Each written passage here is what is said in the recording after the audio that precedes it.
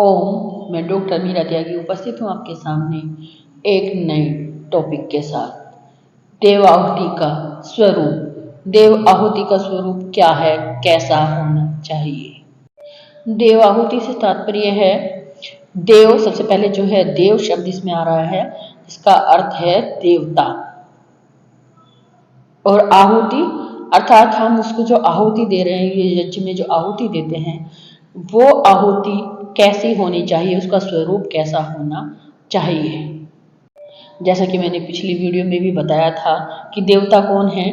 पृथ्वी, जल, अग्नि, आकाश और वायु, ये पंचदेव हैं, ये ही वास्तविक देव हैं। यही उनका यथार्थ स्वरूप है। पृथ्वी, जल, अग्नि, आकाश और वायु के रूप में देवताओं का यथार्थ स्वरूप हमें मिलता है। और पृथ्वी, जल, अग्नि, आकाश और वायु, इन पंच देवों की शुद्धि हम किस प्रकार से कर सकते हैं? देव यज्ञ द्वारा। तो देव यज्ञ में आहुति किस प्रकार की होनी चाहिए, किस प्रकार से आहुति का स्वरूप किस प्रकार का होना चाहिए, यही आज के टॉपिक का विषय है। देव अर्थात देवता, आहुति अर्थात हव्य, आहुति अर्थात हव्य या होम द्रव्य, या जिसको जल सकने वाला पदार्थ भी कह देते हैं। होम द्रव्य से तात्पर्य है जिनसे जो हवन सामग्री होती है उसको होम द्रव्य कहा जाता है।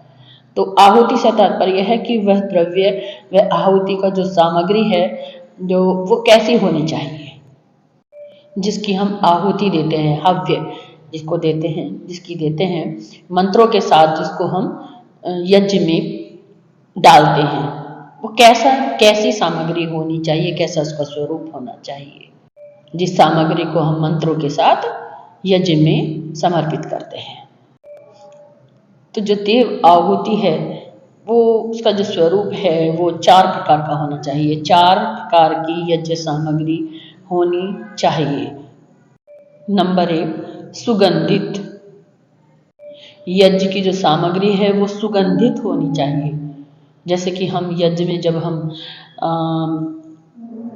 हवन करते हैं तो हम गाते भी हैं, यज्ञ सुगंधि जहाँ भी जाए, जीव मात्र को सुख पहुँचाए। इसीलिए ये जो यज्ञ सामग्री है वो सुगंधित होनी चाहिए।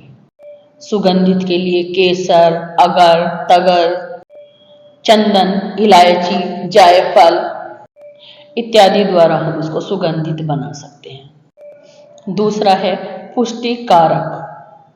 जो यह हमारी यज्ञ सामग्री है वो पुष्टि कारक होनी चाहिए, जिसकी हम आहुति डालते हैं। आहुति जो है वो पुष्टि कारक होनी चाहिए। पुष्टि कारक के लिए घृत, फल, कंद, अन्न, जौ, तिल, चावल इत्यादि से हम इसको जो है पुष्टि कारक बना सकते हैं। तीसरी है मिष्ट अर्थात मीठा। जो हमारी यज्ञ सामग्री है उसमें मीठे का उपयोग जरूर करना चाहिए। मीठे में जो चीनी है उसका उपयोग हमें नहीं करना चाहिए, क्योंकि जो चीनी है वो प्रभावशाली नहीं होती है, वो नुकसानदायक होती है। यज्ञ में हमें कभी भी चीनी की आहुति नहीं देनी चाहिए। तो मीठे में जो हम आहुति देते हैं वो शक्कर, छुआरा, दाल इत्यादि की होनी चाहिए, क्योंकि जो शक्कर है जब वो जलती है तो वो रोगों का नाश करती है। वायुमंडल में जब वो फैलती है जलकर तो वो रोग नाशक होती है, इसलिए हमें शक्कर इत्यादि का यूज करना चाहिए। और हमारी चौथी जो है किस प्रकार की होनी चाहिए सामग्री? रोगनाशक, रोगों का नाश करने वाली हो, रोगनाशक हो। तो रोगनाशक सामग्री के लिए हमें जो है गिलोय, जायफल, सोमवल्ली इत्यादि का हमें प्रयोग करना चाहिए। इनसे हमें सामग्री बनानी चाहिए ताकि वो रोगों का नाश कर सके, निरोगी बना सके। रोगों का नाश करने में जो है तुलसी भी कारगर सिद्ध होती है, क्योंकि जब तुलसी एक समय ऐसा आता है कि तुलसी के पेड़ जो है वो सूख जाते हैं। आपने देखा होगा हमारे घरों में जो तुलसी होती है वो कई बार सूख जाती है और वो फिर उभरती नहीं है, होती नहीं है, तो हम उसको उखाड़ कर फेंक देते हैं। तो उसको हम जो है बारीक बारीक काट लें और सामग्री में उसका जो है प्रयोग कर लें, सामग्री में मिक्स करके उसको हम हवन कर सकते हैं, तो वो भी रोगनाशक होती है।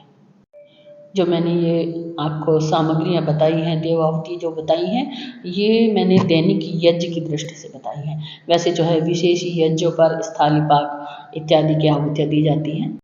स्थाली पाक में खीर, हलवा इत्यादि जो है या लड्डू वगैरह लिया जाता है, जिसकी आहुतियाँ दी जाती हैं। तो ये आहुति जो है वो दैनिक यज्ञ की दृष्टि से मैंने आपको बताई है। तो इस प्रकार से जो हमारी देव आहुति है, जो हम आहूत करने जा रहे हैं देवताओं को, वो सुगंधित होनी चाहिए, पुष्टिकारक होनी चाहिए, मिष्ट अर्थात मीठी होनी चाहिए और रोगों का नाश करने वाली होनी चाहिए। ये देव आहुति का स्वरूप है। इस प्रकार से हमें जो है हवन, यज्ञ, दैनिक यज्ञ इन आहुतियों द्वारा करना चाहिए। जो ये 4 प्रकार की आहुतियाँ देकर, जिनमें जो है सुगंधित, मिष्ट,